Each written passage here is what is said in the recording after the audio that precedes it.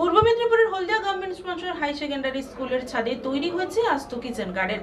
ছাদ বাগানে সবজির পাশাপাশি চাষ করা হয়েছে 200টি দেশি মুরগি, এছাড়াও মাছেরও। মূলত ছাত্রছাত্রীদের স্বাস্থ্যের কথা ভেবেই এমন অভিনব উদ্যোগ। শিল্প শহর হলদিয়া, কলকারখানায় ঘেরা এলাকা। কলকারখানা ও যানবাহনের ধোঁয়ায় দূষিত হচ্ছে এলাকা। পরিবেশকে এবং পড়ুয়াদের সুস্থ করতে অভিনব উদ্যোগ দেখা গেল হলদিয়া গভর্নমেন্ট স্পন্সর হায়ার সেকেন্ডারি স্কুলে। রাজ্য সরকার পড়ুয়াদের পড়াশোনার আগ্রহ বাড়াতে স্কুলে মিড ডে মিল পরিষেবা চালু করেছে। তবে সরকার থেকে পড়ুয়াদের জন্য মাথাপিছু যে পরিমাণ অর্থ বরাদ্দ করা হয়েছে তাতে ঠিকঠাক খাওয়ানোর ক্ষেত্রে বেশ সমস্যায় পড়তে হয় স্কুল কর্তৃপক্ষদের। তবে পড়ুয়াদের খাওয়াতে যাতে কোনো রকম খামতি না হয় তার জন্য বিদ্যালয়ের মাঠে ও ছাদে সবজি থেকে মাছ মুরগি চাষ করা হচ্ছে স্কুলে। কিছু কিছু মানুষ বিষয়টিকে নিয়ে রাজনৈতিক রং লাগানোর চেষ্টা করলেও অভিভাবক থেকে স্থানীয়রা বিষয়টিকে সাধুবাদ জানাচ্ছেন। আর মিড ডে মিলে পড়ুয়ারা খাবে না কীটনাশক দেওয়া সবজি, তাই তো স্কুলের ছাদেই তৈরি হয়েছে আস্ত কিচেন গার্ডেন।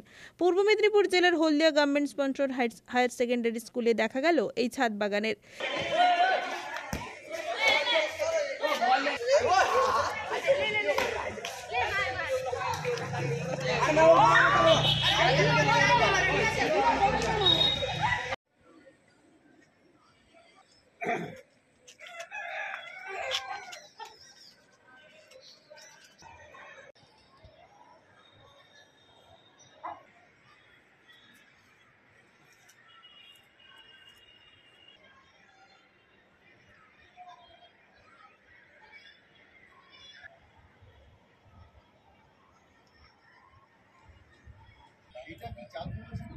শোনা হ্যালো,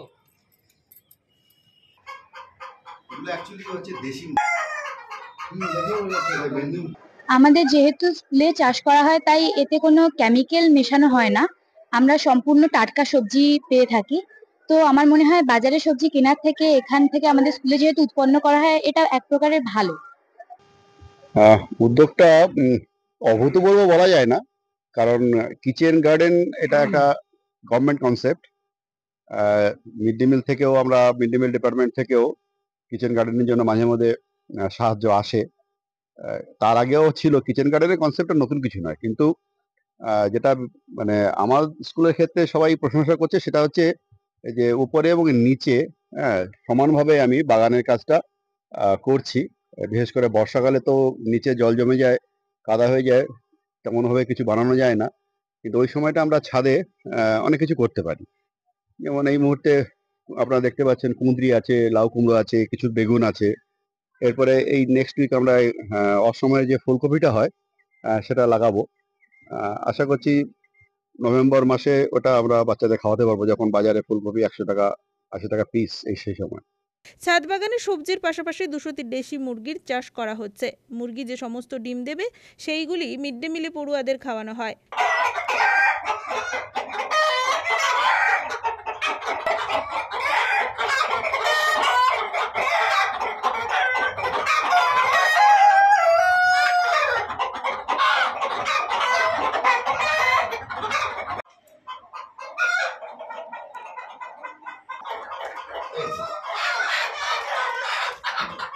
আমি নেবো না।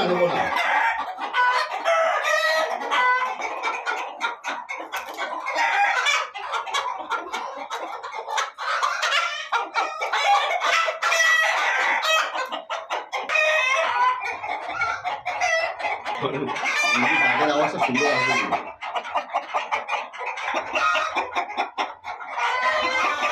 সবজির সঙ্গে সঙ্গে আমরা ছাদে একটা পোলট্রির ব্যবস্থা করেছি। মোটামুটি ভাবে 200 থেকে 300 মুরগি আমরা পালন করছি। ওটা দেশি মুরগির পোলট্রি। ওরা মূলত হচ্ছে ডিম দেয়।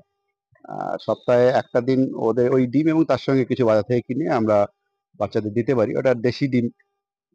একটু ফুড ভ্যালু বা টেস্ট একটু অন্যরকম হয়, আপনারা সবাই জানেন।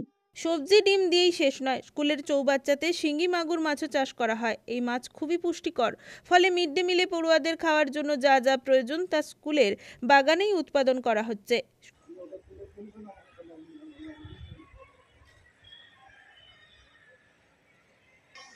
এই যে এই চেম্বারে জল পড়ানোর যে মিক্সচারে যেটা এখন ওটা চেঞ্জ করতে পারবো।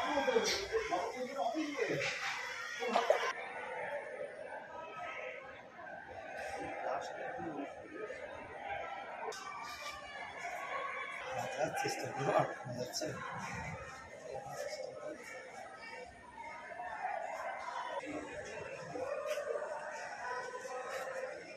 এটা একটা খুবই ভালো উদ্যোগ।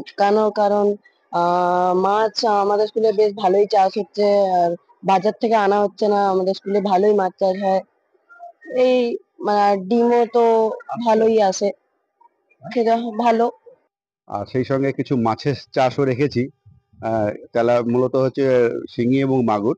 ওটা আমরা ঘন ঘন পাই না, বছরে হয়তো একবার খাওয়াতে পারি। গত বছর খাইয়েছিলাম শিঙি মাছ। আবারও যখন বড় হবে ওই একবারই, এক একটা চেম্বারে যতটা মাছ হয়, আমাদের অনেক স্টুডেন্ট তো, একবারে খাওয়াতেই চলে যায়। তা চেষ্টা করছি একটু বৈচিত্র্য আনার। বাচ্চাদের তো মিড ডে মিল মুখী করে তুলতে হবে, ওরা খেতে চায় না। ওদের যাতে আরেকটু মানে আকর্ষণ বোধ করে সেই চেষ্টা থাকে। স্কুলের ছাদের ওপর শিক্ষক ও ছাত্রছাত্রীদের মিলে অভিনব ছাদ বাগান তৈরি হয়েছে। সেই ছাদ বাগানের সময় উপযোগী বেগুন, টমেটো, মটরশুঁটি, মূলো, লঙ্কা, কুমড়ো, কুঁদরি, ফুলকপি, পালং শাক সহ বিভিন্ন ধরনের ফসল ফলানো হচ্ছে। এই বিষয়ে স্কুলের প্রধান শিক্ষক অনুপম বিশ্বাস জানিয়েছেন, তাছাড়া আরো একটা উদ্দেশ্য রয়েছে, এই যে এখন চাকরি বাকরি যা বাজার, তাতে বিশেষ করে বড় ছেলে মেয়েদের কাছে একটা বিকল্প আয়ের পথ, তার একটা মানে বলতে পারেন হাতে কলমের শিক্ষা। এই যে ছাদকে ব্যবহার করেও যে একটা বিকল্প আয়ের পথ বের করা যায়, সেটা ওদের কাছে একটা এক্সাম্পল হাতে কলমে আমি তুলে ধরতে চাই। যে কারো বাড়িতে যদি একটা 1000 স্কোয়ার ফিটের ছাদ থাকে, সারা মানে বছরের বাড়ির প্রয়োজনীয় যে সবজিটুকু কিন্তু সেই ছাদেই তৈরি করা যায়, একটু খাটাখাটনি করতে হবে, আর কিচ্ছু না। বা যদি আরেকটু বড়ভাবে থাকে, সেখানে কিন্তু একটা স্থায়ী ইনকামের পথ করা যায় এই পোল্ট্রি মারফত। শুধু একটু সদিচ্ছা থাকা দরকার, এমন কিছু খরচও নয়। সেটাও ওই বড় বড় ছেলের মধ্যে কাছে একটা এক্সাম্পল হিসেবে তুলে ধরতে চাই।